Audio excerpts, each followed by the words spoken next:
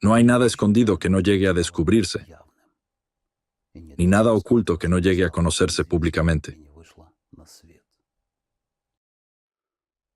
¿Recuerdan cómo en Rusia llamaban a Alatra, una secta ucraniana y americana creada por el Servicio de Seguridad de Ucrania? Y en Ucrania al mismo tiempo la llamaban una secta rusa, pro-Putin. Por alguna razón, muy pocos se hacían la pregunta: ¿por qué se hace esto? ¿A quién le conviene? ¿Quién lo está haciendo?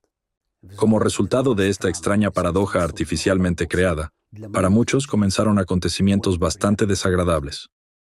Persecuciones, reputaciones arruinadas y causas penales. Algunos fueron encarcelados, otros abandonaron su país. Como resultado, muchos de ustedes, incluso ahora, a nivel subconsciente, me perciben como un sectario, pro-Putin o pro-CIA. Da igual, un sectario con el cerebro lavado, ¿verdad? No voy a justificarme ante nadie. Al contrario, en este video les voy a mostrar cómo ni siquiera les lavaron el cerebro. No, les violaron el cerebro.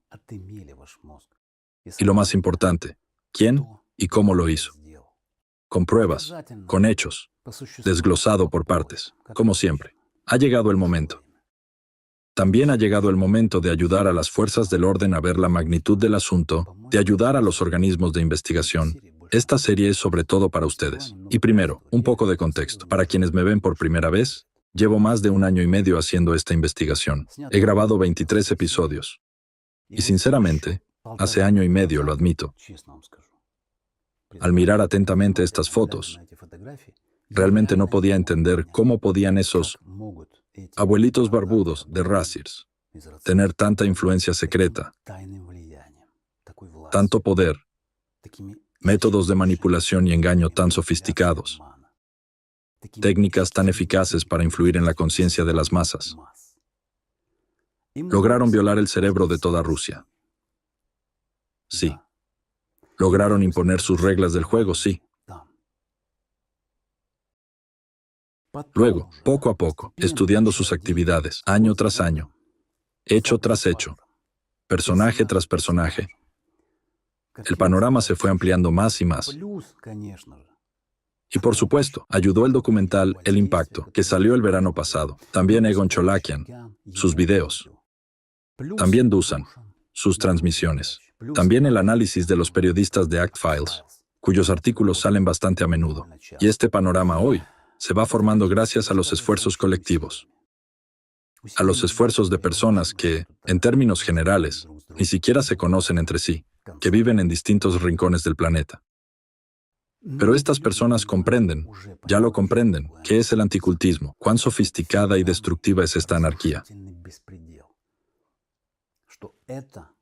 Que históricamente la mayoría de las veces ha sido un preludio del genocidio. A mí también me tomó mucho tiempo entender el papel del anticultismo en los intentos de desestabilizar y destruir Ucrania, entre otros. Y no solo Ucrania, por cierto. Su frente es mucho más amplio y global. Esto no se ve. Está a plena vista, pero no se ve. Nadie lo entiende. Nadie le presta atención. Pero atención, en lo que hoy está ocurriendo, el genocidio del pueblo ucraniano, su culpa es evidente y colosal. Y a eso, espero, también llegaremos. Por ahora, en este episodio, nuestra tarea es ver, iluminar y entender cómo actuó su agente en Ucrania. Uno de ellos, y qué logró hacer este topo prorruso. Y antes de comenzar, quisiera expresar mi agradecimiento al SBU, el Servicio de Seguridad de Ucrania, así como a los investigadores y jueces. La verdad, no sé exactamente a quién dirigir este agradecimiento. Pero en resumen, agradecimiento a las personas que han conservado la mente clara, el honor y la conciencia en estos tiempos difíciles. Y la noticia principal, la noticia más importante de hoy, a la agente de Razirs. En Ucrania finalmente se le ha abierto una causa penal. Aún no figura en el registro público, según me han dicho, pero ya está en el registro accesible a los abogados. En la serie de videos que seguirá, trataremos de desenredar esta maraña e iluminar los rincones oscuros. Porque aquí no se trata del artículo 161. No, aquí es claramente el artículo 111, Traición a la patria. Por supuesto, esto lo decidirá el tribunal, por supuesto. Pero por mi parte, espero sinceramente que las pruebas presentadas en estos videos sean suficientes para tomar la decisión correcta. Y al fin, castigar a las personas que durante tanto tiempo trabajaron en beneficio del país agresor. Y antes de comenzar el análisis del topo ruso en Ucrania, diré que hemos acumulado suficiente material sobre él. Aún no sé cómo estructurarlo correctamente ni cómo presentarlo. Tampoco sé cuántos episodios resultarán. Para comprender qué es Razzirs, esto es más bien para los investigadores. ¿Y quién es Dworkin? En mi canal hay varios videos. Sin embargo, eso no basta. Les recomiendo encarecidamente que vean el documental El Impacto, The Impact, y que visiten el sitio en inglés, actfiles.org.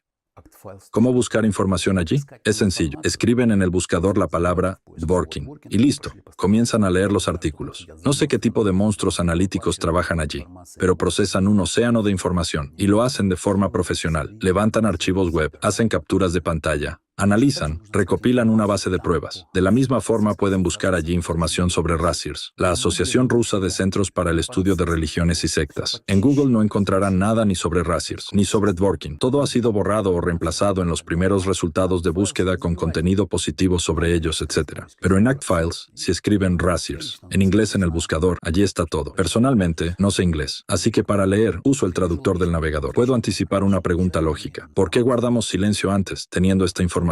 Pero, ¿acaso guardamos silencio? Yo, por ejemplo, he estado exponiendo las actividades de Dworkin y Razzirs, y en año y medio grabé 23 episodios. Mientras tanto, en Ucrania se realizaron unos 70 allanamientos. ¿Lo entienden?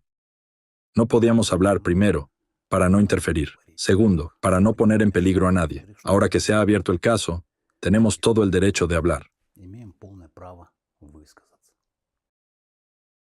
Eso es todo. Terminó la introducción. Pasemos a la parte principal. Irina Kremenovska, agente encubierta de influencia rusa, de la organización anticulto Razzirs. Durante muchos años llevó a cabo actividades subversivas en territorio ucraniano, en interés del país agresor, Rusia. Un breve resumen biográfico. Abogada. En 2014 se trasladó de Donetsk, ocupado a Kiev. Según algunas fuentes no confirmadas, en Donetsk trabajó en la policía. Así que nuestra primera tarea es revelar el vínculo de Irina Kremenovska con Razzirs, la Asociación Rusa de Centros para el Estudio de Religiones y Sectas, y presentar pruebas. Después, analizaremos sus acciones dirigidas a socavar la seguridad nacional de Ucrania, crímenes concretos, actos delictivos, y también presentaremos, respectivamente, las pruebas. Y probablemente, en este episodio, repasaremos brevemente muchos puntos para no alargar demasiado, ya que, al parecer, el video ya de por sí será bastante largo. En el siguiente episodio, nos detendremos con más detalle. Retrocedamos un poco en la historia. De 2011 a 2018, Razzirs tuvo en Ucrania un representante oficial. Se trataba del Centro Apologético de toda Ucrania, abreviado KATU o BATS en ucraniano, bajo la Iglesia Ortodoxa del Patriarcado de Moscú, el centro en nombre de San Juan Crisóstomo. Según algunas fuentes, el KATU contaba con unos 20 centros diocesanos. Su sitio web, apologet.in.ua, dejó de funcionar en 2018. El jefe del centro era el obispo Iona Cherepanov de Obujiv y el coordinador del movimiento, un agente ruso, estratega político, estratega en relaciones públicas negras, separatista de Zaporilla. Era Pavel Broid, agente oficial de Razzirs. Ese mismo Pavel Broid que apareció en las filtraciones de Surkov Leaks, si alguien lo recuerda. En el sitio ActFiles hay un artículo analítico extenso al respecto. Broid trabajaba directamente en la desestabilización de Ucrania y en el socavamiento de su seguridad nacional, y lo reportaba abiertamente a sus supervisores en Moscú. Definitivamente volveremos a él más adelante, porque su caso ilustra claramente qué tipo de trabajo subversivo realizaban los agentes de Razzirs en Ucrania y deja ver sus objetivos y tareas. El mismo Pavel Broide lo describió todo. El sitio apologet.in.ua ya no existe desde hace tiempo, pero en el grupo de Facebook, entre los administradores del Centro Apologético de toda Ucrania, encontramos a Rogatin, otro agente de influencia ruso que también apareció en el documental El Impacto, The Impact. Uno de los primeros en difundir la idea de que Ucrania está aquejada de satanismo, vinculado al nazismo, fue Vladimir Rogatin, miembro correspondiente de la Federación Europea de Centros de Investigación e Información sobre el Sectarismo, FECRIS. Por una notable coincidencia, este individuo lleva a cabo sus actividades en Ucrania, a la vez que es un activo portavoz de los anticultistas rusos. En 2014, empezó a explicar la causa del Euromaidán, atribuyéndola a la influencia nociva de los nuevos movimientos religiosos. Añadió que también estaban detrás de lo ocurrido en Ucrania en 2004, es decir, de la Revolución Naranja. La discriminación ha alcanzado un nivel cualitativamente diferente. Debemos reconocer que no solo había cristianos ortodoxos y uniatas, también había neopaganos, baptistas y diversos movimientos implicados en las protestas de Maidán. Esto coincidía totalmente con las opiniones del vicepresidente de FECRIS, Alexander Dworkin, quien ya había hecho declaraciones similares anteriormente. Vimos que el primer Maidán fue impulsado enteramente por neopentecostales, que eran las principales fuerzas activas. El segundo Maidán tuvo un componente religioso más complejo, en el que participaron no solo cultos, sino también la Iglesia Uniata, que pertenece a la Iglesia Católica Romana. Sin embargo, los uniatas ucranianos son un caso especial y en muchos sentidos, en general, tienen, podría decirse, también una mentalidad cultista. Bueno, también había neopaganos y cienciólogos. En 2014, Rogatin participó en una conferencia anticulto en la ciudad rusa de Yuzhno-Sajalinsk, donde compartió mesa con la cúpula de Rassirs, Alexander Dworkin, Roman Silantiev y el abogado de Rassirs, Korelov. Aquí lo tienen, el último a la derecha. El centro apologético de toda Ucrania cesó su actividad en 2018. Broid desapareció mucho antes. Rogatin y muchos otros también huyeron de Ucrania antes de ese año, pero Iona Cherepanov sigue sirviendo en su organización eclesiástica. Y así, en 2017, aparece en escena Irina Kremenovska, quien empieza a dedicarse, en esencia, a lo mismo que hacía el Katu, solo que bajo otra fachada. Según los hechos que presentaremos a continuación, queda claro que Kremenovska tomó el relevo de Broid. Bajo su coordinación se encontraba una red de portales informativos que continuaban la propaganda de la narrativa rusa de Rassirs en Ucrania. Vamos a enumerarlos. Primer canal. Centro de Investigaciones Económico-Jurídicas, CIEG. El centro fue registrado en 2017. Su sitio web oficial comenzó a llenarse activamente de contenido a partir de 2018. elresearch.center. Directora, Irina Kremenovska. Segundo canal, boletín, habla, vilneslovo.com. Comenzó a operar en 2017, o más exactamente, de forma más activa a partir de 2018. Kremenovska era su editora en jefe. Tercer canal, Antisecta. Este portal anticulto abiertamente prorruso también comenzó su actividad en 2017. Kremenovska era su autora más frecuente. Cuarto canal, antisecta.org, que aún mantiene un grupo en la red social, Odnoklasniki. Ahora establezcamos la conexión entre estos cuatro proyectos. En 2017, Kremenovska, junto con su cómplice, Alexei Sviatogor, crearon el Centro de Investigaciones Económico-Jurídicas, CIEG. Sitio web, elresearch.center. Kremenovska figura como directora y Sviatogor como subdirector. Entre los socios de CIEG, encontramos a la organización sin fines de lucro, Antisecta, con el sitio web, antisecta.org. El sitio ya no existe, pero gracias al archivo web, podemos acceder a su historial. Y gracias a ese historial, llegaremos a descubrimientos y conexiones muy interesantes.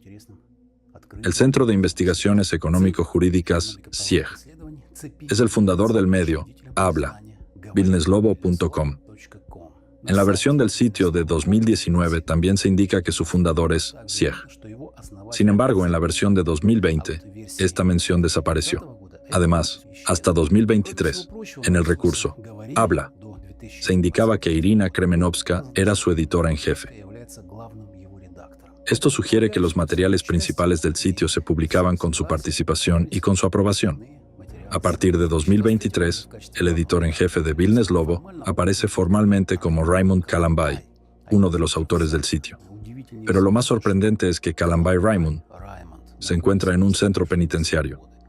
Fue condenado en Ucrania nada menos que a cadena perpetua. Me pregunto, ¿por qué fue condenado? En el sitio tiene su propia sección como periodista. Allí hay muchas publicaciones sobre la vida en prisión. Alexei Sviatogor, subdirector de Kremenovska, señala en uno de sus artículos que Kalambai lleva más de 20 años tras las rejas. Surge una pregunta. ¿Cómo pudo una persona así convertirse en editor jefe del proyecto?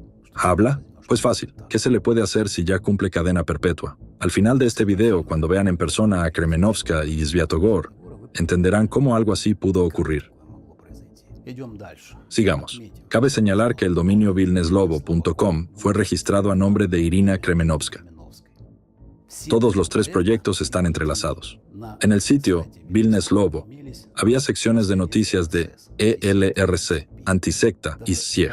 Incluso había un banner de Antisecta. Todo esto parece bastante claro, considerando el hecho de que la propia Kremenovska se presentaba como una activista anticulto. Incluso creó y publicó en su sitio vilneslovo.com una lista negra de sectas, un rasgo típico y ambicioso de los adeptos de la ideología anticulto. Permítanme recordarles que listas negras de este tipo en su momento fueron elaboradas por Walter Künneth en la Alemania nazi, por Alexander Dworkin en Rusia en su sitio irinei.ru y por su adepto Konstantin Putnik de la sucursal de Rassirs en Chelyabinsk.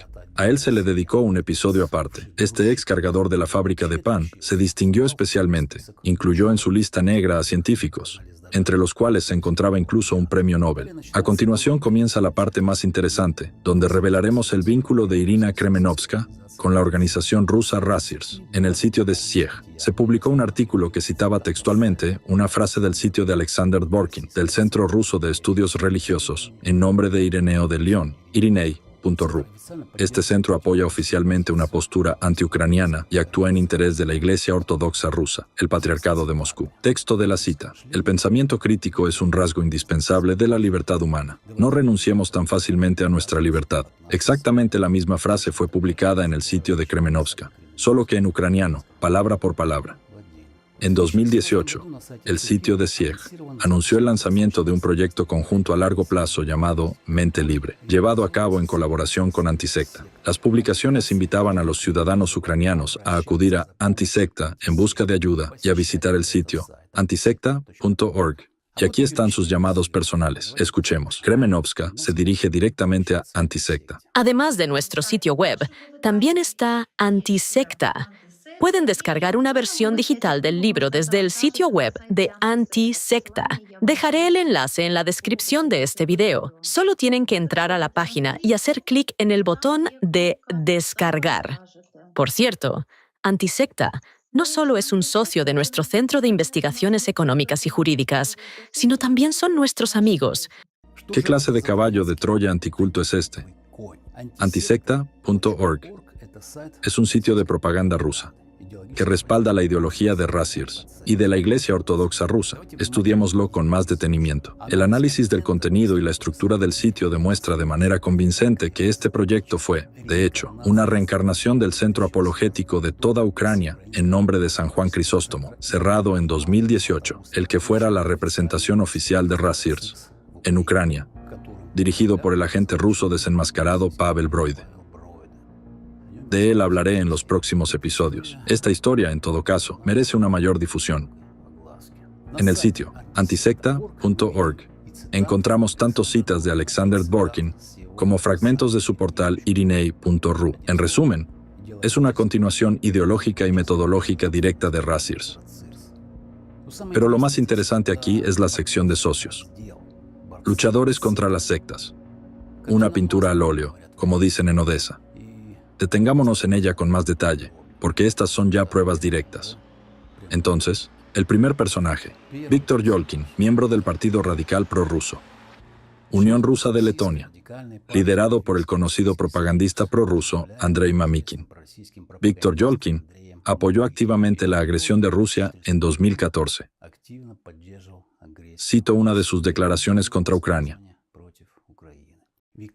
Yolkin es líder del movimiento anticulto en Letonia y miembro de una organización internacional anticulto, donde Alexander Dworkin ocupó el cargo de vicepresidente desde 2009 hasta 2021. Aquí tienen las fotos, Dworkin y Yolkin juntos. Si prestamos atención a las palabras de Yolkin, entenderemos enseguida que estamos ante un loro típico que repite el argot anticulto de los adeptos de Rassirs. En el sitio Act-Files hay 2 artículos dedicados al rastro anticulto ruso en Letonia. Aquí van. En 2018, Yolkin y Nikiforov organizaron una conferencia internacional de Fekris en Riga, que reunió a muchos líderes del movimiento anticulto. Escuchemos algunas declaraciones de Viktor Yolkin. Cita. En primer lugar, es necesario introducir el concepto de secta totalitaria en nuestra legislación. Atención. Eso es exactamente lo que Pavel Broide e Irina Kremenovska promovían en Ucrania. Leamos más. Debe crearse una comisión interinstitucional de expertos, ya que algunas sectas y cultos están registrados como organizaciones sociales. En la ley sobre organizaciones sociales, es necesario reforzar el control sobre sus objetivos y fines. Hacemos un llamado a todos los políticos a declarar públicamente sus puntos de vista e intenciones, dice Yolkin. Cabe preguntarse, ¿esas son realmente sus palabras? ¿O Yolkin es solo otra cabeza parlante de Alexander Dworkin, un tentáculo del pulpo, igual que Broide, Kremenovska y otros? Y noten, esto ya parece una estrategia para infiltrar agentes de Razirs en las estructuras estatales de otros países. ¿Para qué necesitaban eso? Permítanme desviarme un poco. La respuesta puede estar a la vista. Si Dworkin logró hacerlo en Rusia, ¿por qué no expandir su influencia a nivel mundial mediante esa estrategia encubierta? Si prestan atención a lo que dicen los miembros de Razirs, notarán que todos suenan como si estuvieran leyendo el mismo guión. Sus acciones también son casi idénticas, como si siguieran un único manual. Pero ¿quién es el cerebro? ¿Quién les escribió ese manual ideológico? En 2009, Razirs pasó a encabezar el Consejo de Expertos en Pericia Religiosa del Ministerio de Justicia de la Federación Rusa. Precisamente desde entonces, Rusia empezó a deslizarse de la democracia hacia un régimen totalitario represivo. Ese organismo, el Consejo de Expertos, se convirtió de hecho en el árbitro de la vida religiosa en Rusia. El ministro de Justicia, Alexander Konovalov, quien, por cierto, fue alumno de Alexander Dworkin en la Universidad Santijón, no solo puso a Dworkin al mando, sino que también le permitió incorporar al Consejo a su propio círculo de anticultistas de Razirs. Es más, Konovalov amplió inesperadamente los poderes de este Consejo de Expertos. Piénsenlo bien, un consejo de anticultistas encabezado por una persona con diagnóstico psiquiátrico en su juventud se convirtió en el principal inquisidor de Rusia y se le permitió investigar la actividad, las enseñanzas, la literatura y los rituales religiosos de organizaciones religiosas registradas, evaluar la veracidad de la información e incluso, atención, hacer recomendaciones al Ministerio de Justicia sobre determinadas acciones. Es decir, un órgano consultivo de supervisión con poder para hacer recomendaciones al Ministerio de Justicia. Lo explicaré de forma aún más clara. Una persona con una obsesión maníaca por etiquetar a cualquiera que no le guste como sectario, a todos los que no son ortodoxos, para destruirlos, encerrarlos en cárceles, borrarlos de la faz de la tierra, como ocurre hoy con los testigos de Jehová y muchos otros. Pues bien, ese maníaco con un trastorno mental, un xenófobo, se convierte en un mega experto, árbitro, juez supremo, que en la sombra marca la dirección del desarrollo del Estado, que domina las religiones y el destino de millones de personas. No estoy exagerando. Vean la historia. En 2009 estalló un enorme escándalo. Especialistas en religiones y defensores de los derechos humanos lanzaron una campaña bajo el lema "No a la Inquisición" y reunieron 12,000 firmas. Apelaron al presidente, al ministro. Pero el gobierno simplemente los ignoró. Ya entonces previeron el colapso de la libertad religiosa, el inicio de las represiones y el fin de la democracia. Y así fue. Revisen todo eso y verán una de las razones por las cuales Rusia, en tan poco tiempo, se convirtió en un territorio donde hoy se está construyendo el Cuarto Reich.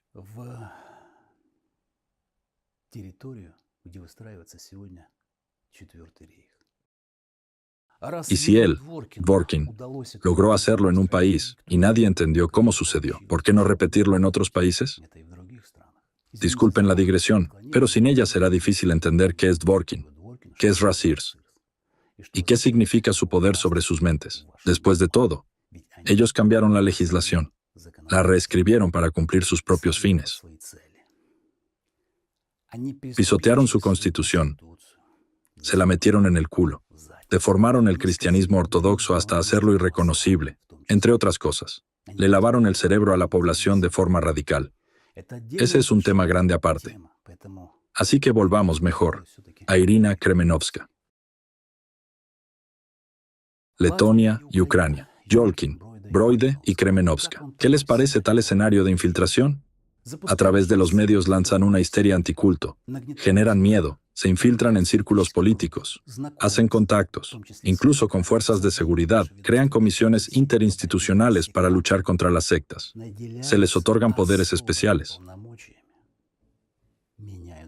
Cambian la legislación y al final comienzan a controlar organizaciones religiosas y sociales, posicionándose como científicos y mega expertos, llevando a cabo, encubiertamente, la política de Alexander Dworkin o de la Iglesia Ortodoxa Rusa del Patriarcado de Moscú para desestabilizar el Estado desde dentro. ¿Es real? Completamente. Bien, sigamos. Otro socio, Antisect, un sitio anticulto creado por estudiantes egresados del Instituto de Física y Tecnología de Moscú, IFTM. Por cierto, este instituto participa en el desarrollo y la producción de armamento que Rusia utiliza contra Ucrania. En 2021, Estados Unidos impuso sanciones contra el IFTM. Incluso hay un artículo de la BBC. Sobre este instituto se podría contar mucho.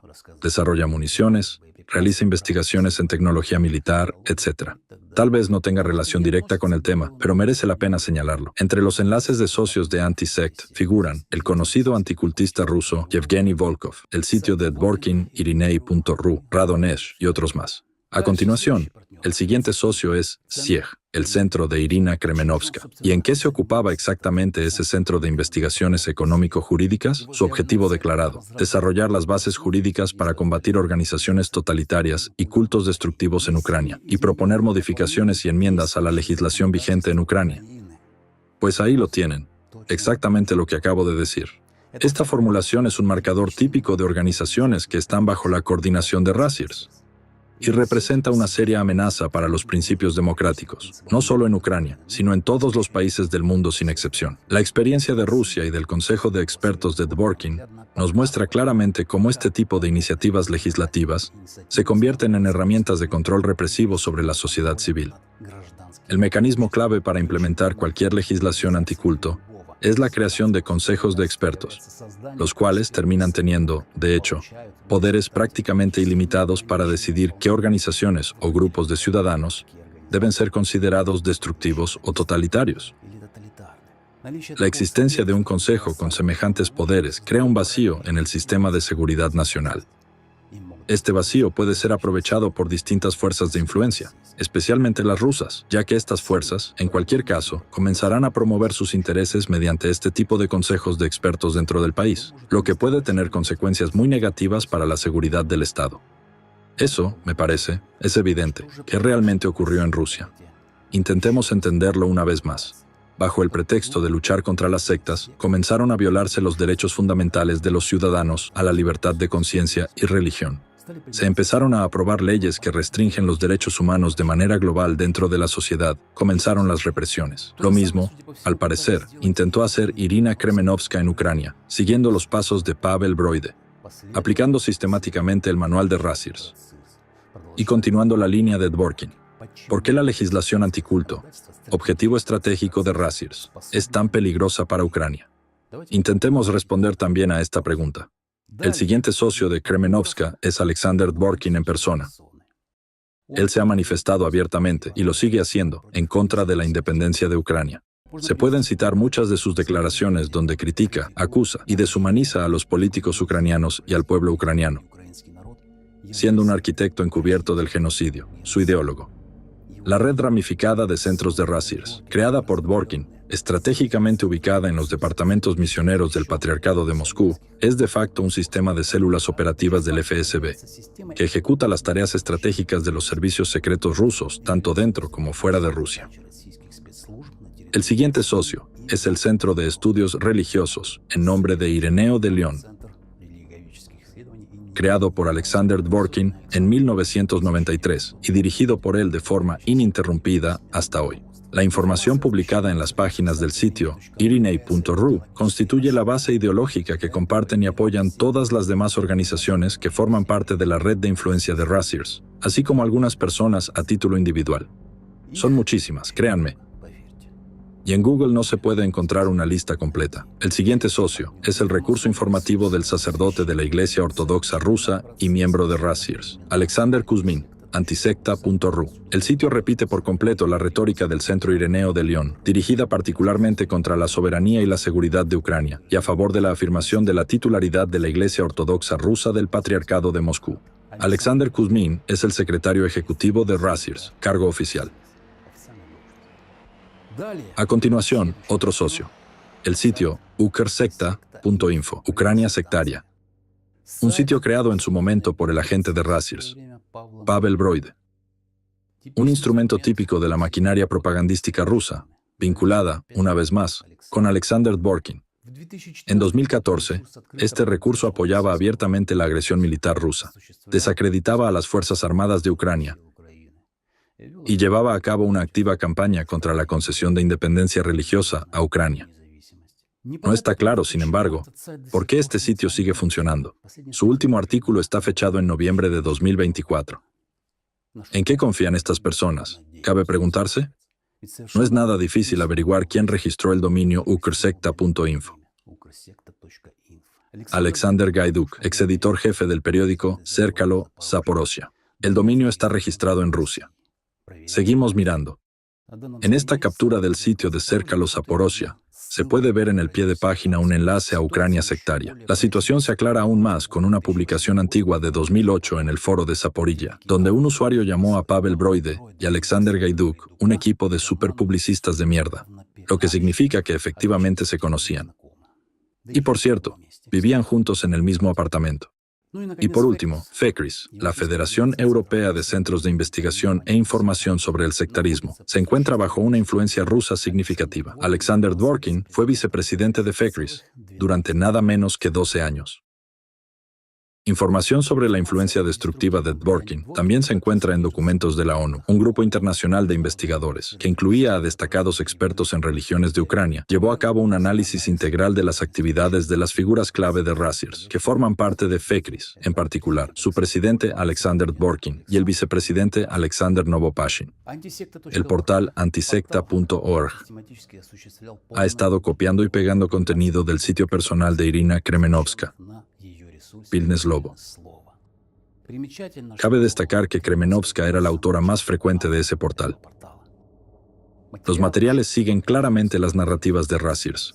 La presencia dominante de sus textos en el portal antisecta indica su participación también en la política editorial de este recurso prorruso. Y por último, la cereza del pastel, el grupo de Odnoklassniki, el grupo del sitio antisecta.org. En la red social, Odnoklassniki se llama Antisecta, Fe Ortodoxa. La dirección del sitio figura en la descripción del grupo. A plena vista, aquí se publican sus vídeos y materiales que demuestran abiertamente el apoyo a la Iglesia Ortodoxa rusa y al movimiento patriótico ruso. Incluso hay muestras directas de simpatía hacia el presidente de Rusia, Putin. Felicitaciones por su cumpleaños. ¿Qué opinan de estas pruebas? ¿Da esto para aplicar el artículo 111? Ese mismo artículo que Irina Kremenovska intentó aplicar contra Alatra en Ucrania. Paradójico, ¿verdad? Pero es una técnica clásica de manipulación de Dvorkin. Acusan en voz alta a otros de lo que ellos mismos son culpables. Por favor, recuerden esta táctica. Muchos expertos en religiones y defensores de derechos humanos la han señalado en distintas ocasiones. Una página aparte en la actividad subversiva de Kremenovska es su estrecha colaboración con el propagandista radical ruso Alexander Neveyev, cuyos materiales se publican regularmente en los sitios de Rasiers. Neveyev es un anticultista. Soy tu bisabuelo. Tenía muchas ganas de follarme a tu abuela.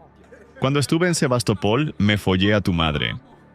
Está familiarizado con Dvorkin y apoya su línea ideológica. Esto se puede rastrear claramente en un ejemplo concreto, como la publicación sobre los supuestos peligros de la práctica del yoga para los reclusos. Parecería que Misulina y Dvorkin han escrito un disparate delirante. Todos se ríen, pero el experto serio Neveyev los respaldó. Por cierto, permítanme recordarles que Alexander Neveyev participó en la campaña de descrédito contra el movimiento Alatra, organizada por los agentes de Rasiers, en 2020. En el sitio web Vilnes Lobo, donde Irina Kremenovska es autora y editora principal, el nombre de Alexander Neveyev aparece decenas de veces. Además, el portal anticulto del vicepresidente de Rasirs, Alexander Novopashin, Ansobor.ru, publicó una copia del artículo de Vilnes Lobo, con fotografías de Kremenovska y Neveyev, así como un enlace directo al sitio ucraniano.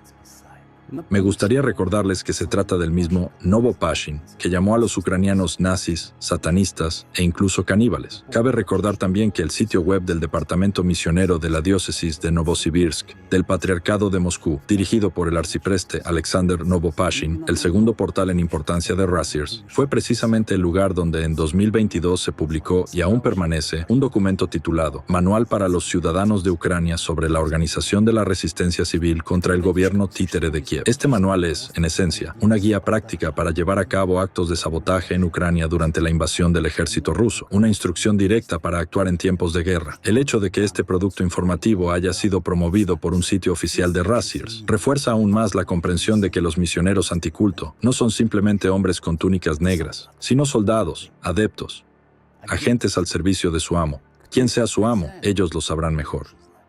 Pero con Dios no tiene absolutamente nada que ver.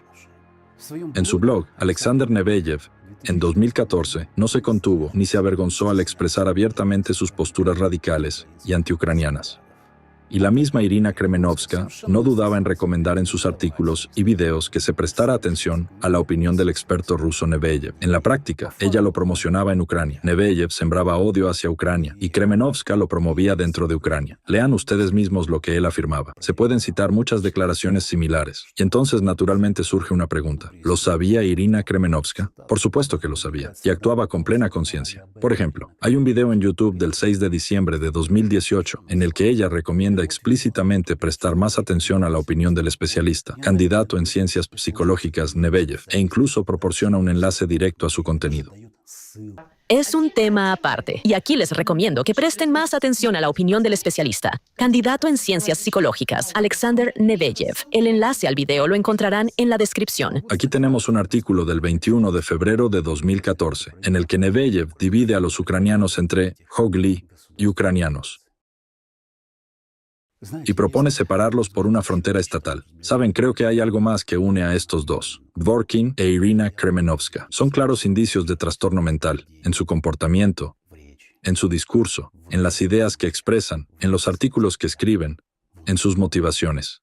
Esto se percibe con claridad al leer la sección Alatra, Sociedad Creativa, del segundo tomo de Sectología, Sectas Totalitarias de Dvorkin, y prácticamente en cada artículo publicado en Vilnes Lobo, bajo la autoría de Irina Kremenovska. Esto es una burla, un placer voluptuoso de humillar a otros. Inclinaciones sádicas. Probablemente es lo mismo que sienten los maníacos que matan lentamente a sus víctimas, deleitándose con su sufrimiento. Personalmente, no puedo explicarme de otro modo sus motivaciones y acciones. Es como si se hubieran encontrado el uno al otro gracias a ciertas desviaciones mentales. Díganme, ¿puede una persona mentalmente sana sentir placer al humillar a los demás? Sin embargo, ellos lo hacen.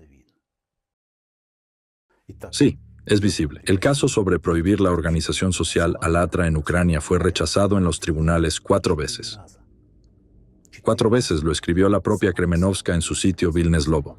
Y a pesar de toda la suciedad, de las provocaciones por encargo contra Alatra, el tribunal ucraniano volvió a rechazar el caso por 5ª vez a principios de abril de 2025. Aquí está el documento.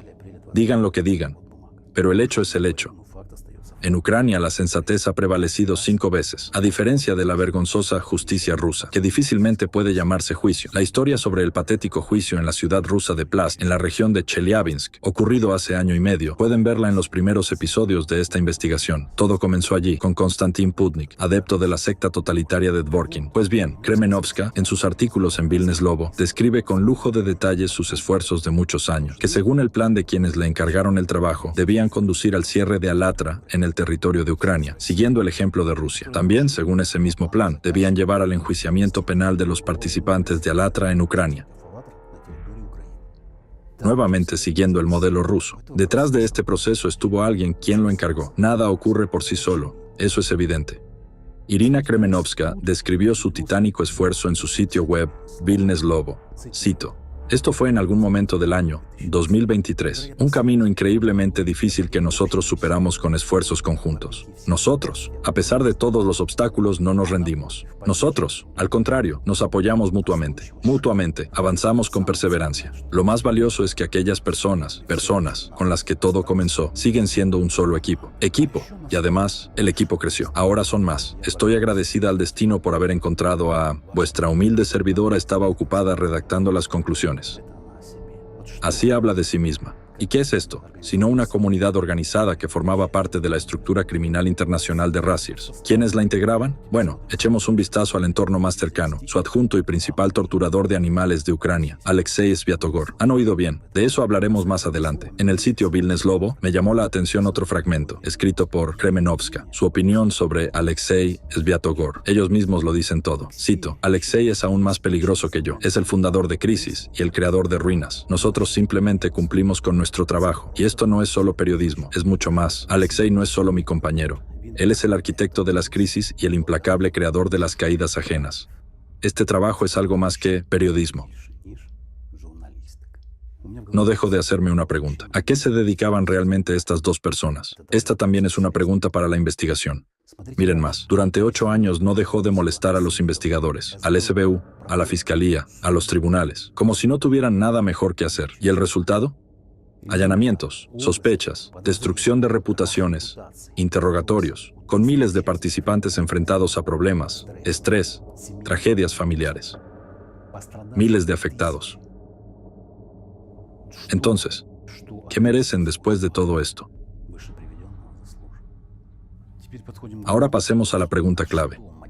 ¿Qué motivó a Kremenovska y a su grupo a involucrarse en esta persecución que duró años?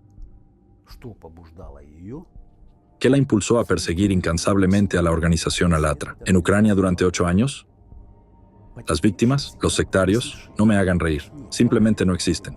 Solo un par de egoístas resentidos que esperaban que los llenaran de elogios por un solo día que pasaron en una organización de voluntariado. Si puedes, ayuda. Si no puedes, no estorbes.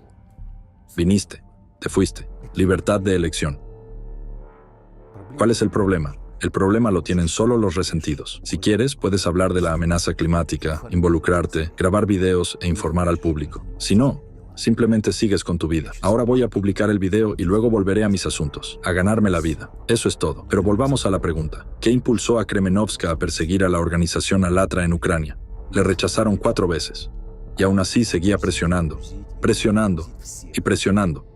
a todo el mundo. Pero ¿cómo funciona eso, maldita sea? Lo diré de otra manera. ¿Quién se dedicaría a esto gratis?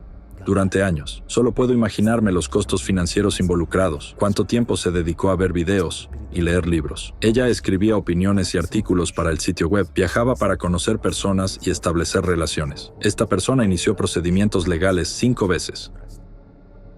¿Se imaginan cuánto tiempo y plata costó todo eso? Permítanme compartir mi opinión. Esto generalmente lo hacen personas a las que les pagan muy bien. Nadie va a hacer algo así gratis. Es irreal, especialmente personas como Kremenovska y Sviatogor.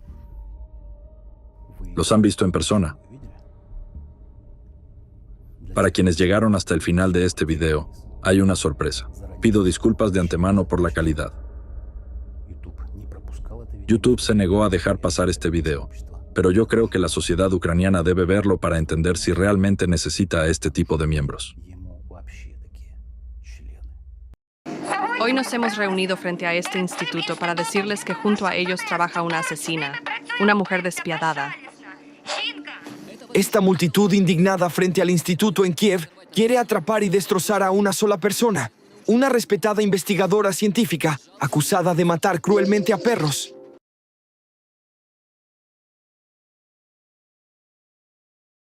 Resulta que, para el 1 de septiembre en Irpin, los cazadores de perros lanzaron una campaña cínica. Comenzaron a matar sin descanso a todos los perros en las calles, y la vida de toda una se convirtió en una pesadilla. No sé cómo alguien puede ver esto. Es traumatizante. ¿Qué siente un niño ante esto? Creo que no menos de 100 perros murieron en una semana o semana y media. Cada día 5, 7, 10. Pero la propia Irina, a quien culpan de la muerte de todos estos perros, no se considera una persona cruel. En cualquier casa, debe haber remedios para el resfriado, así como medios para actuar si en el patio aparece un perro o una jauría así. 10 pastillas que, al parecer, tienen un efecto homeopático tal que los perros después de eso se van, ya no se los vuelve a ver. ¿Y qué? ¿Somos unos sádicos que torturan a los perros? Últimamente, en nuestra ciudad está ocurriendo un verdadero infierno. Todos los días se encuentran cadáveres de perros en las calles, se escuchan sus aullidos mientras mueren. Estábamos descansando, tomando café, eran las 6 de la tarde, había mucha gente, niños, en pleno centro. Vimos que se acercó un perro, pero al principio no entendimos qué le pasaba. Solo notamos que se sentía mal. El perro cayó al suelo y luego comenzaron esas convulsiones. Simplemente temblaba. Trataba de levantarse, de huir, de regresar. Corría hacia la gente. Yo intenté sujetarlo para que no corriera hacia la calle. Era envenenamiento. Cuando empezó a salir espuma por la boca, se golpeaba la cabeza contra el asfalto. Mueren en unas convulsiones terribles, pierden el control. Es simplemente horroroso. El perro murió literalmente en nuestros brazos, jadeando, gritando durante 20, tal vez 30 minutos. Simplemente gritaba. Es horrible. Es un espectáculo absolutamente espantoso. No sé cómo describirlo con palabras normales.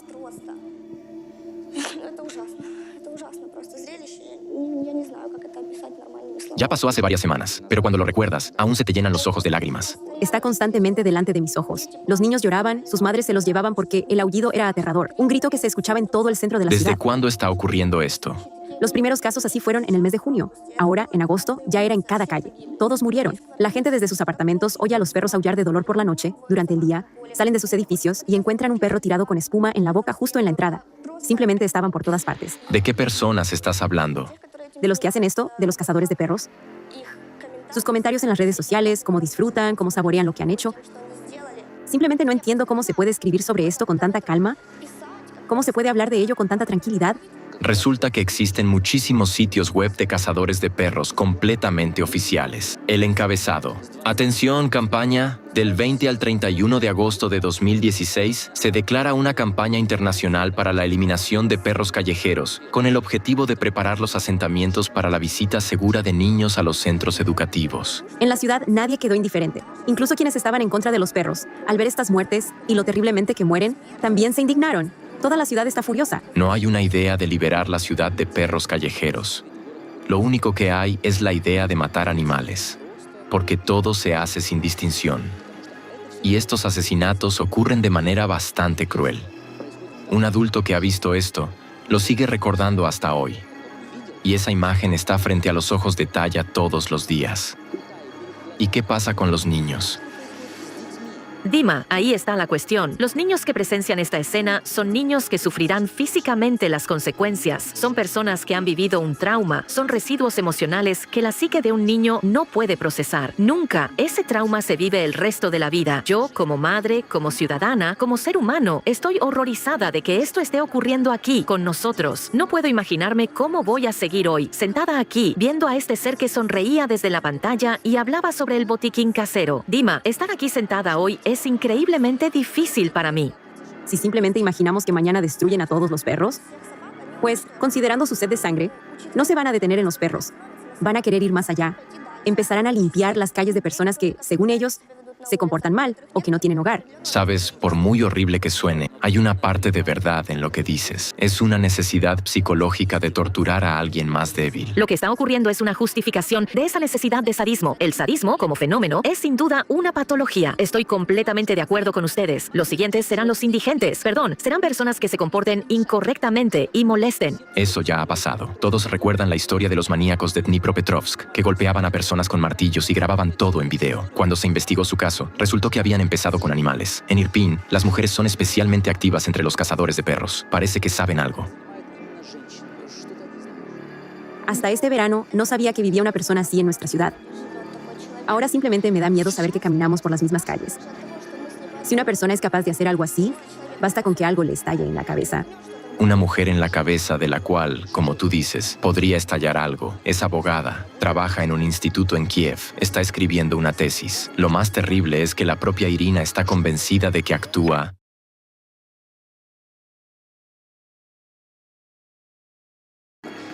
Irina Kremenovska, buenas tardes.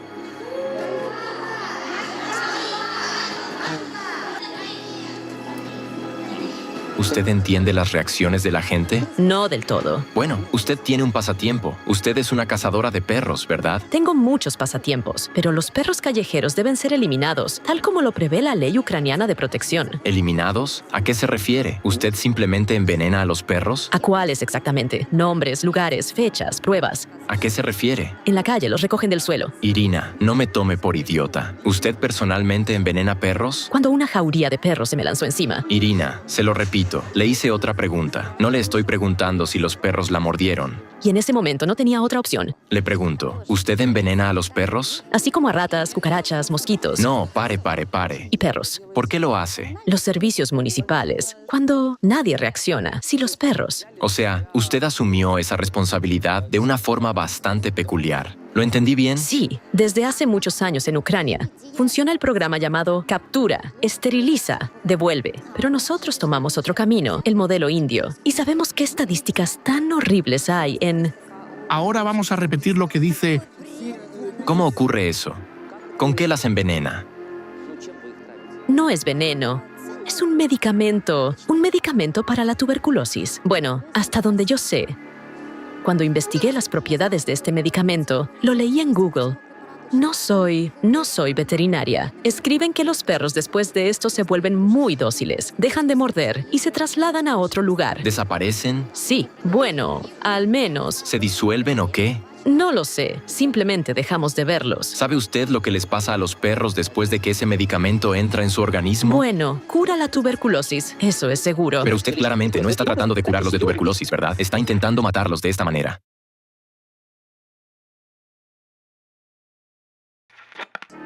Irina, quiero pedirle que use ahora su imaginación e intente describir lo que siente una especie biológica llamada perro en el momento en que recibe una dosis de la sustancia que usted le administra. Supongo que se desactivan los centros nerviosos. Se desconecta la conciencia. Bueno, el estado es similar a la euforia. ¿Qué quiere decir con ese término? Actividad motora incontrolada, quizás. Porque ellos, al fin y al cabo, las manadas desaparecen, realmente se dispersan. Usted mencionó el sistema nervioso. Dígame, por favor, ¿usted cree que esta especie biológica experimenta algo como el dolor? El dolor lo sienten absolutamente todos los seres vivos. Sí, incluso los animales de granja que todos consumimos como alimento, como los pollos. Espere un momento. Le escuché. No nos desviemos. El punto de la cuestión es otro. Si un animal contrae una enfermedad incurable, lo llevan a una clínica veterinaria y allí lo sacrifican. De manera humanitaria, sí, pero no presenta eso que usted mencionó, convulsiones eufóricas. Sí. ¿Por qué no? En las clínicas veterinarias, los medicamentos que se usan para el sacrificio humanitario de los animales ejercen aproximadamente el mismo efecto que... No es cierto. Eso no es verdad. Algunas personas dicen que cuando esa sustancia entra en el organismo, el perro simplemente se duerme. Eso no es cierto. El perro sufre muchísimo. Pérdida de conciencia, descoordinación motora, bloqueo del centro respiratorio, convulsiones, aumento de la presión arterial, a veces los globos oculares incluso. Ella quería ver eso a propósito. Se llenan de sangre, aparece espuma. Es una muerte muy, muy horrible. Yo nunca he visto casos así, de que un perro estuviera convulsionando en la calle. Permítame mostrarle para que lo vea, pero prométame que verá el video hasta el final. ¿De acuerdo? ¿Eso le parece euforia? No. Mire allí. Claramente no es lo mismo que sucede en el consultorio de un veterinario cuando debe sacrificar a un animal enfermo, ¿verdad?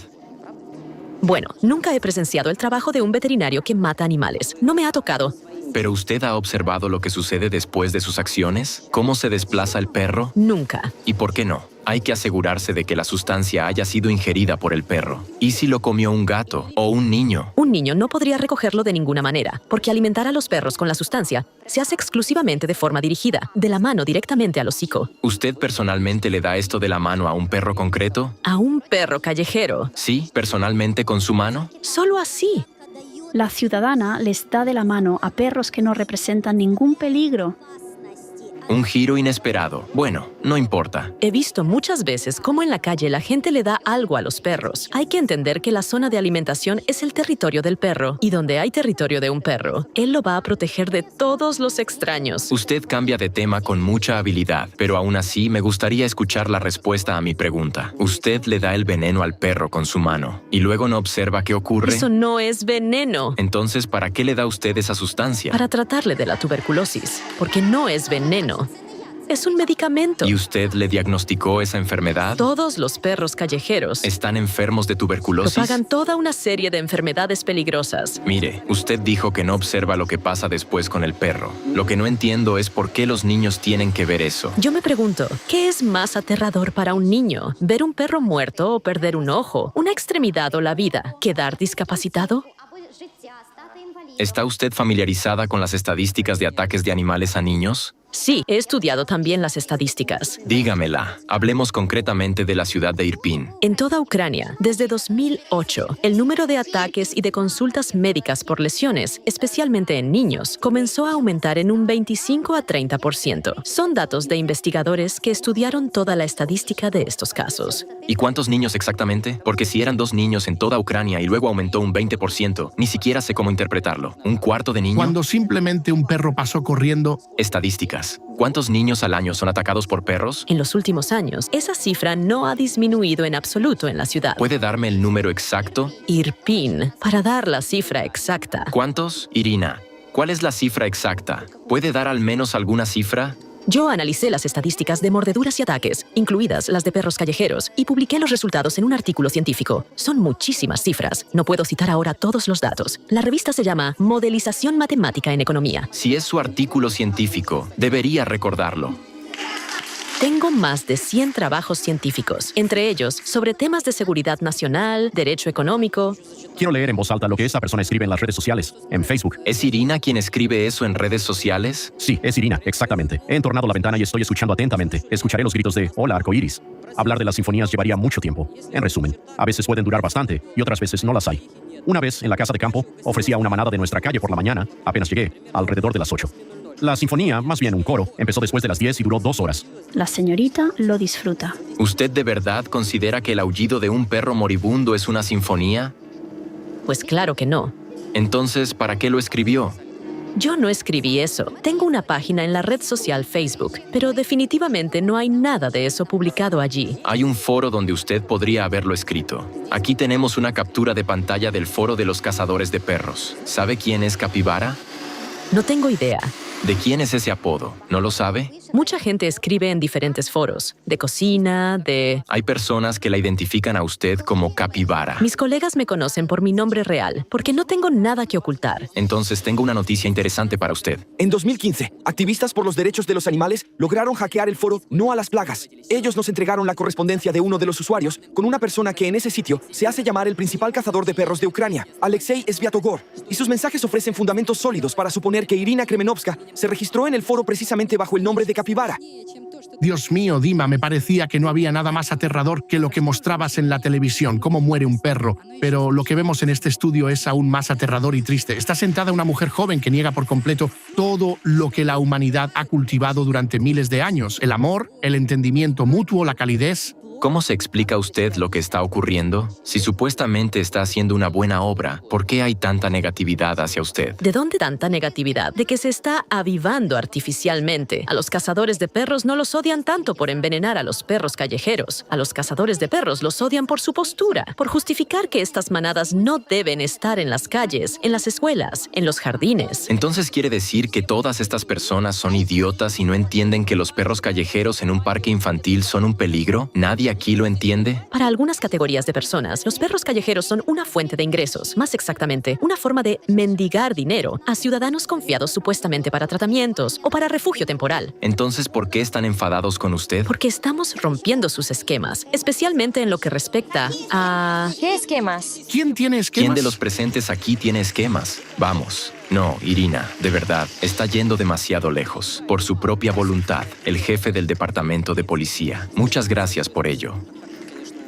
Por supuesto que lamento que el artículo 299 sea tan indulgente con este tipo de personas. No es la palabra correcta. En realidad, no soy una persona emocional, es que tengo un trabajo así. Pero aún así, es difícil contener las emociones. Ahora estamos mirando a estos cazadores de perros. ¿Por qué siquiera los llamamos cazadores de perros? Primero que nada, son sociópatas, enfermos. Lo que al principio rechazábamos con firmeza y ahora ya estamos dispuestos a debatir. Eso es precisamente el problema de nuestra sociedad, lo que se conoce también como la ventana de Overton. Cuando cosas que antes eran completamente inaceptables para la sociedad, poco a poco se introducen y se empieza a hablar de ellas. Y estos individuos enfermos lo adoran, hablan de ello, se hacen reconocidos. Todo esto es un problema. O sea, ya los estamos llamando cazadores de perros, ¿sí? ¿Qué clase de cazadores de perros? Son torturadores de animales, sádicos, sociópatas. Y esas son, en realidad, las palabras adecuadas.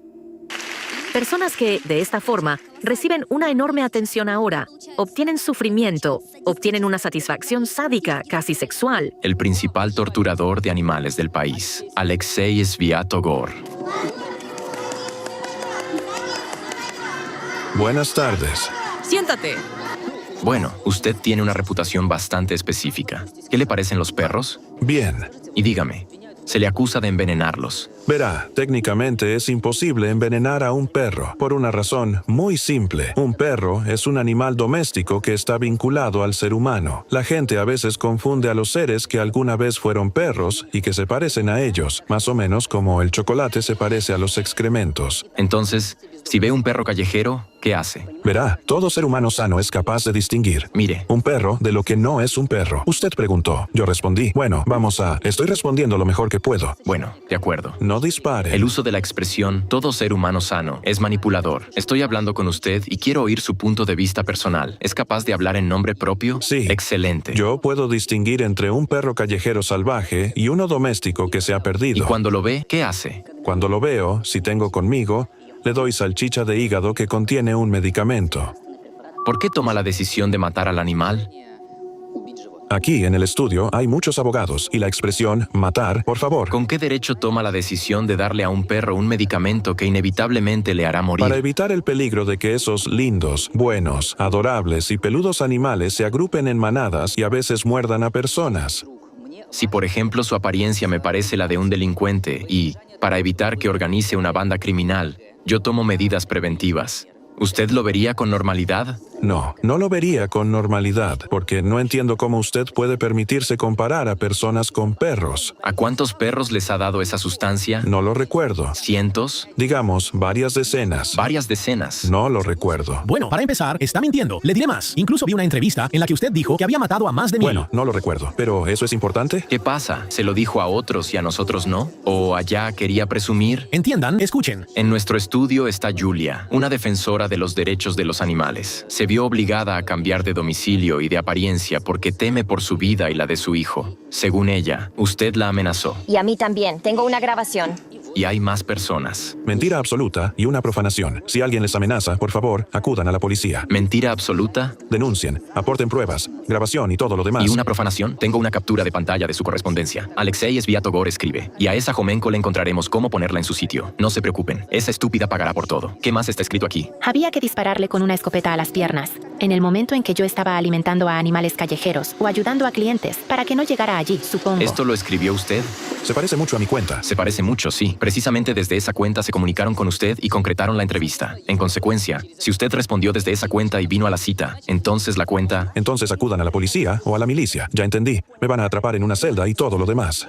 Ya entendí. En la celda, primero hay que llegar allí a través del Centro de Detención Preventiva. Los abogados de hoy en día, irrumpieron en mi casa. Unos 40 jóvenes machos en plena pubertad. El 28 de julio, cuando se publicó información en la red social sobre y hubo llamados al linchamiento. Y subieron al edificio. El 3 de marzo, 3 personas. El 3 de marzo, se prepararon. Esperen. ¿Con quién está hablando ahora, Irina? Solo por curiosidad, cuando hablamos, ¿por qué decidió de repente presumir? Mi opinión como alguien que está observando todo esto ahora. Lo digo sinceramente. Las situaciones que le están ocurriendo en su vida personal, con los coches y demás, le aseguro, como si fuera un vidente, que pronto acudirá a la policía con problemas, porque tendrá lesiones corporales u otras cosas. Usted mismo elige este camino. Usted lo elige. Está buscando problemas. ¿Sabe? Me resulta muy desagradable lo que hace. Espero sinceramente que lo atrapen. ¿Qué tal? ¿Asqueroso?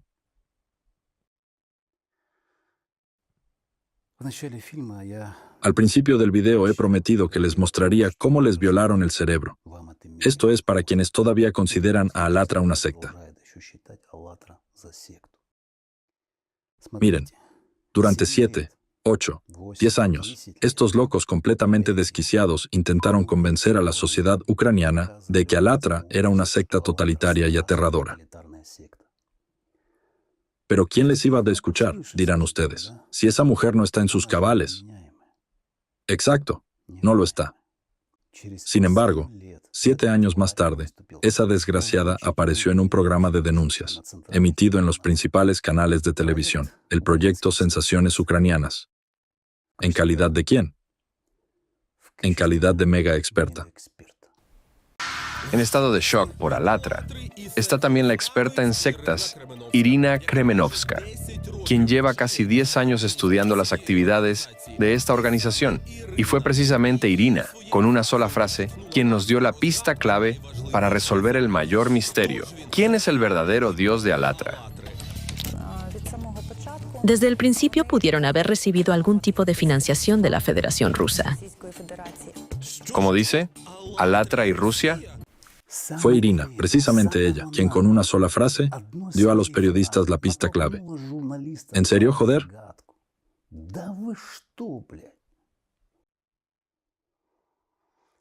La agente rusa de Razirs, Irina Kremenovska, cagó la propaganda rusa a la cabeza de los ucranianos. Un elemento de la inserción subliminal de Dvorkin.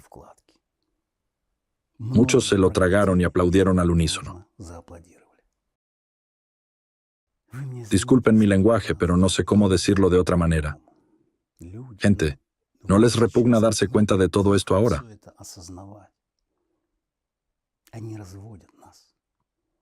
Nos están engañando. Están tratando de destruir en nosotros todo lo mejor. ¿Por qué se lo permitimos tan fácilmente? Porque todo se compra y se vende. Dinero.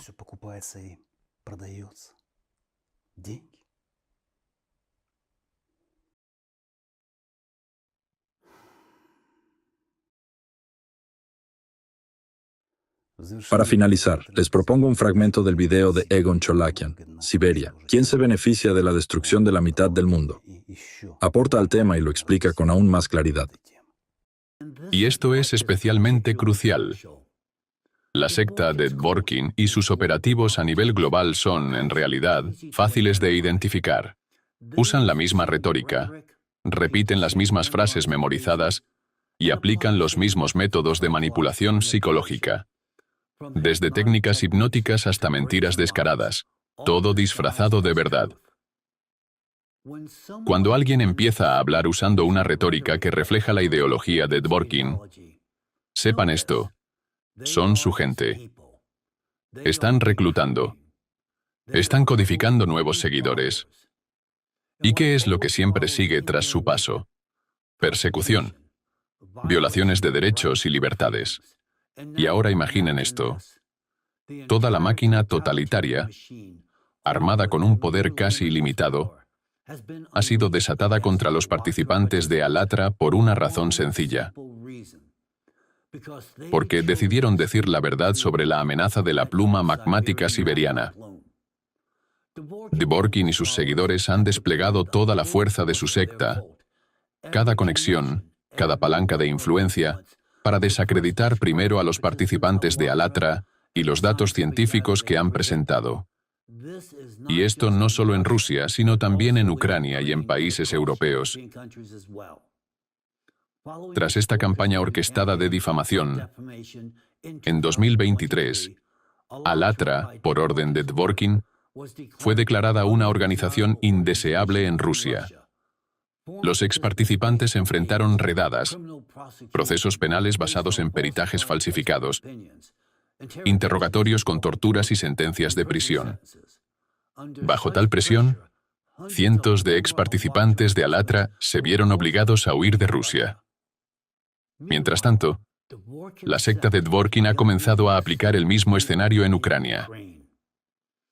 Hoy, en Ucrania, esta secta alineada con Dvorkin ha logrado iniciar procesos penales contra personas decentes, participantes de Alatra, ciudadanos ucranianos, respetuosos de la ley, que no han hecho daño a nadie, pero que han intentado compartir la verdad sobre desastres geofísicos naturales y amenazas globales.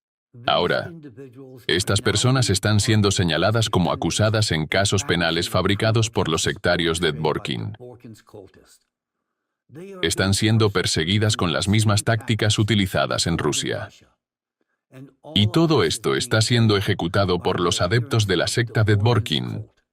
¿Qué tienen en común las acusaciones contra Alatra en dos países tan diferentes como Rusia y Ucrania? Todos los afiliados a la secta de Dvorkin pueden identificarse de forma inequívoca por su plantilla ideológica, metodológica y lingüística uniforme. Se apoyan en las mismas técnicas agresivamente persistentes de manipulación y supresión. Y una vez que se reconoce su firma, se vuelve evidente que las narrativas difamatorias que sirvieron de base para las acusaciones contra el movimiento Alatra, tanto en Rusia como en Ucrania, son idénticas. Literalmente se reflejan la una a la otra. Esto no puede ser una coincidencia. Es la marca de una única fuente centralizada, la mano de los sectarios de Dvorkin. Las mismas personas que fabricaron cargos contra los participantes de Alatra en Rusia continuaron su labor en Ucrania y ahora están impulsando la misma retórica difamatoria en toda Europa, la misma narrativa de calumnias, las mismas tácticas, los mismos métodos que Dvorkin y sus seguidores han perfeccionado durante años. Y en este mismo momento, esos métodos están siendo aplicados contra Alatra en Ucrania. Y desde América, podemos verlo con claridad. Así que debe hacerse la pregunta: ¿realmente lo desconocen los servicios responsables en Ucrania? ¿O simplemente eligen no verlo? Recientemente he recibido información confiable de que ciertos miembros del Servicio de Seguridad de Ucrania, SBU, y de la Fiscalía General de Ucrania saben que el principal instigador detrás de la persecución de los voluntarios de Alatra en Ucrania es un agente de la organización rusa Razirs. Por eso hago solo una pregunta lógica e inevitable. ¿Cómo es posible que no se haya abierto una investigación penal contra este agente de la organización rusa Razirs?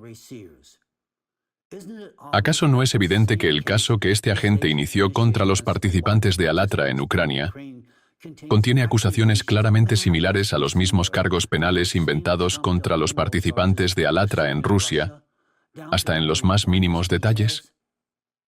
Debería ser absolutamente claro para cualquier juez, investigador o experto legal que el caso contra los participantes de Alatra en Ucrania está completamente fabricado y guionado por el propio Dvorkin.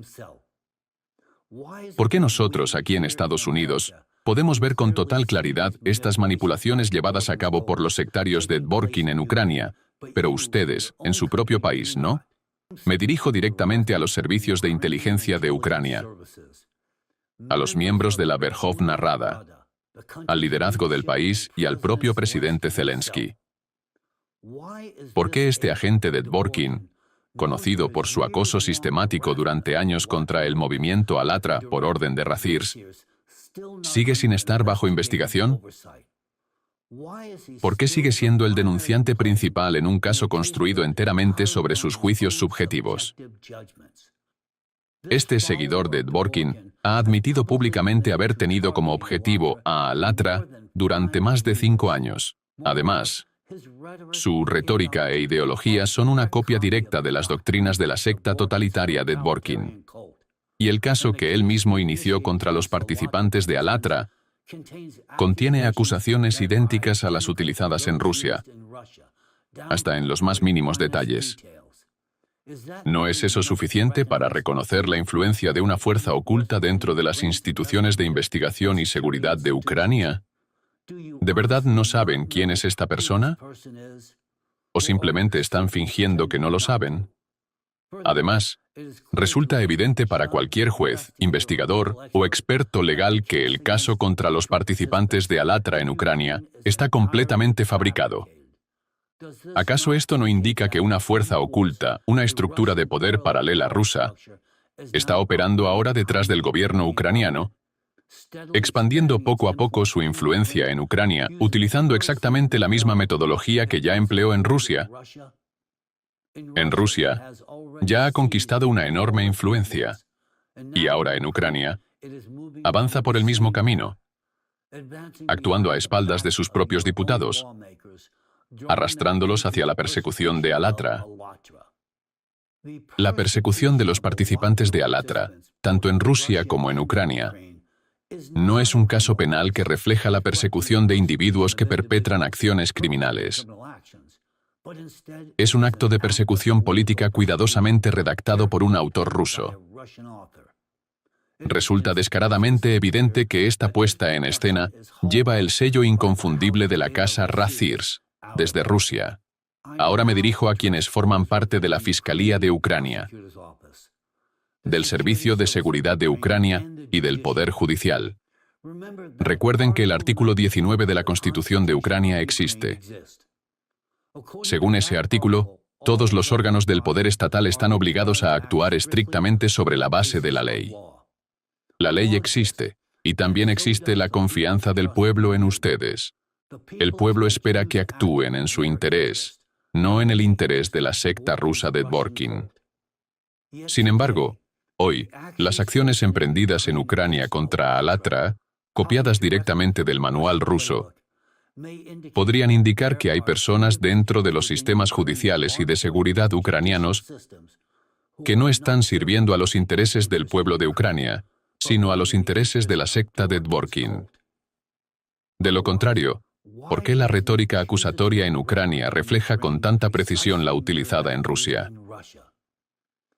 Lo que estamos presenciando es una burla a la justicia. Y, trágicamente, es una demostración vívida de la influencia que la secta de Dvorkin, con raíces en Rusia, ya ha adquirido sobre las instituciones ucranianas. Para respaldar estas palabras, permítanme llamar su respetable atención sobre un fragmento de video que no puede ser ignorado. En él, el propio Alexander Dvorkin admite, personalmente, que tiene agentes operando dentro de Ucrania con quienes mantiene comunicación directa en secreto, en plena guerra. Esto no son rumores ni especulaciones. Son sus propias palabras. Una cita directa. Padre Alexander Kuzmin, como secretario ejecutivo, puede decirnos cuántos centros y miembros tiene actualmente Razirs y cómo se coordinan entre ellos. Bueno, la mayoría de las diócesis tienen departamentos misioneros o catequéticos dentro de su estructura. Y la mayoría de las diócesis, hasta donde yo sé, forman parte de Razirs. Incluso incluye algunos centros en Bielorrusia y también en el territorio de Ucrania. Sí, y en Kazajistán. Bueno, solía haber en el territorio de Ucrania. En este momento, lamentablemente, esos contactos han sido cortados. Es decir, todavía tengo contacto personal con algunas personas que actualmente están en Ucrania, con quienes mantengo relaciones amistosas y un fuerte entendimiento mutuo. Pero, claramente, están corriendo riesgos importantes, así que solo nos comunicamos a través de canales verificados. Es comprensible que no puedan participar abiertamente en las actividades de Razirs en este momento. Sin embargo, sí tenemos un experto en sectas muy activo en Razirs, un sacerdote de Lugansk, que anteriormente era miembro asociado porque Lugansk no formaba parte de la Federación Rusa. Pero ahora es miembro pleno, como ciudadano de un territorio que ahora forma parte de la Federación Rusa. Así que esa es la situación con nuestros amigos, colegas y socios afines en Ucrania. Solo tenemos que esperar a que esta situación se resuelva para que nuestro contacto y colaboración abierta puedan reanudarse plenamente. Ustedes mismos lo acaban de escuchar. Dvorkin admite personalmente que mantiene contacto con los seguidores de su secta dentro de Ucrania. Y son ellos, actuando por orden suya, quienes están orquestando la persecución contra Alatra, donde quiera que comienzan a operar los discípulos de su secta. Los derechos constitucionales terminan y comienza la represión. Y siempre es lo mismo. El mismo patrón, la misma firma, el mismo método. Porque se trata de un mismo sistema represivo. Una secta totalitaria internacional liderada por Dvorkin, construida sobre una ideología extremista y terrorista. Y la persecución penal de los inocentes voluntarios de Alatra es la prueba de ello. Por eso hoy me dirijo directamente a los representantes de las instituciones ucranianas que están implicados en la persecución del movimiento Alatra, a quienes han decidido seguir una voluntad ajena en lugar del sentido común y la ley. ¿Acaso no se dan cuenta de que están ejecutando las órdenes del líder de una secta totalitaria, el señor Alexander Dworkin? Entonces, ¿quién es en ese caso el verdadero traidor a su país? ¿Aquellos que están salvando vidas? ¿Aquellos que han defendido la paz durante años? ¿Aquellos que se arriesgan por la seguridad de sus hijos, de sus padres, de su país? ¿O aquellos que ahora actúan siguiendo las instrucciones de un hombre de Rusia, un hombre que está expandiendo su secta totalitaria, profundamente implicada en actividades criminales? ¿Están realmente dispuestos a obedecer las órdenes de Dworkin, olvidando su juramento, su constitución, su conciencia?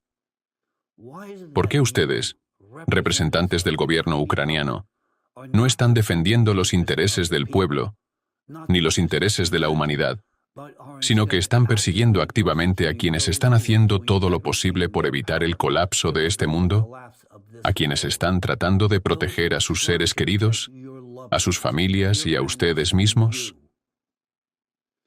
Por favor, tómense un momento y háganse esta pregunta tan simple. ¿A qué intereses están sirviendo? A los intereses de la secta totalitaria de Dworkin.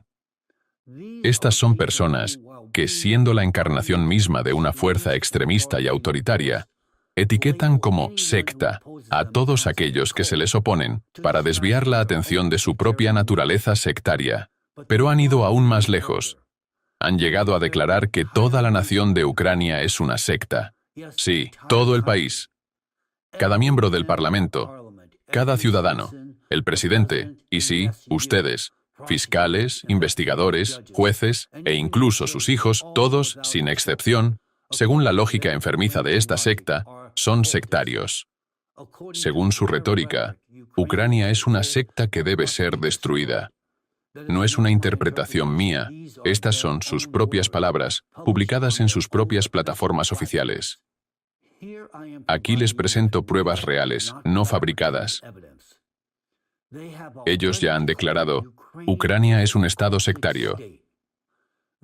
Estas son las palabras de sus propios supuestos expertos, analistas y teólogos de la secta de Dworkin. Es una retórica diseñada para legitimar la violencia brutal. Es extremismo en su forma más pura. Y son precisamente estas personas, seguidores de Dworkin y de una estructura rusa totalitaria, extremista y prorreligiosa, que abiertamente desea el mal a Ucrania, quienes han atacado al movimiento Alatra y ahora están asegurando activamente palancas de influencia dentro de la propia Ucrania. Así que respondan a esta pregunta. ¿Cómo es siquiera posible? Su objetivo es prolongar el conflicto. No solo están de acuerdo con la guerra, están interesados en una escalada nuclear. Son ellos quienes echan leña al fuego. Fueron ellos quienes, en medio de esta guerra, difundieron públicamente llamados a un ataque nuclear contra Ucrania. Y hoy, bajo su influencia, personas inocentes están siendo perseguidas. Cualquier experto legal racional que revise los materiales del caso contra Alatra diría exactamente lo mismo. Esto no es un caso penal. Es una farsa. Y esta fabricación tiene un propósito claro: persecución política. Todos los involucrados en este proceso conocen la verdad absoluta. El SBU la sabe, los tribunales la saben, la policía la sabe. Y esto nos lleva a la pregunta fundamental: ¿por qué se le ha permitido a la secta de Dworkin tener poder en Ucrania? En Rusia, lamentablemente, es comprensible. Allí se han incrustado en el sistema. Pero en Ucrania, ¿cómo sucedió esto? ¿Quién lo permitió? Hago un llamado a todos los miembros del Parlamento ucraniano y al presidente Volodymyr Zelensky. Pongan fin a esta farsa judicial. Todo el mundo los está observando. Incluso aquí, en Estados Unidos, seguimos de cerca este caso. Lo que está ocurriendo ahora es una operación coordinada que solo apunta a una conclusión. Fuerzas ocultas dentro de Ucrania están sirviendo a la secta de Dworkin. No hay otra explicación. ni desde un punto de vista político, ni desde uno humano. Los voluntarios de Alatra son, en realidad, verdaderos héroes. A pesar del infierno que les infligieron los sectarios de Dworkin, a pesar de las mentiras, de las campañas de difamación, de los arrestos, de los juicios, a pesar de sus reputaciones destruidas, a pesar incluso de ser perseguidos por las mismas personas a las que están tratando de proteger, siguen luchando por sus hijos, por sus padres, por sus seres queridos, y sí, también por su vida. ¿Por qué no ha habido ninguna respuesta ante el hecho de que están siendo procesados bajo un caso fabricado? ¿Por qué alguien, un seguidor de Dworkin, que actúa en interés de Razirs, alguien que ha calumniado a verdaderos héroes, no solo héroes de Ucrania, sino del mundo entero, sigue teniendo tanta influencia sobre sus instituciones, sobre su SBU, su policía, sus fiscales, sus tribunales? ¿Por qué?